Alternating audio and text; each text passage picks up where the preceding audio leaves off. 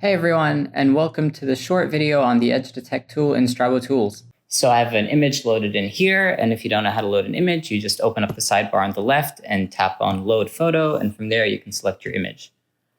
So what the Edge Detect tool does is it applies an edge detection filter to the image. This is actually the first part of how the Edge Fabric tool works under the hood as well, and it's meant to help reveal some subtle fabrics or features in a rock that are not as clear by eye. So let me close that side menu, and here we have the Edge Detect tool selected. And this green switch here on the left side of the screen just toggles that overlay on and off. And at the bottom there, you can see that we have a slider.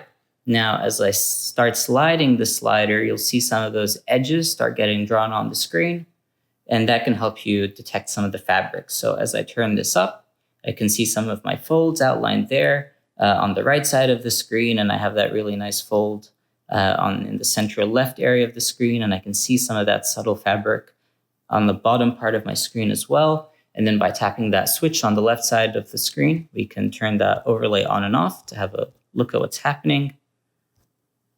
And when I get to a point I'm happy with, maybe that's a bit too much, something like that, I can see the fabric nicely, I can take a photo.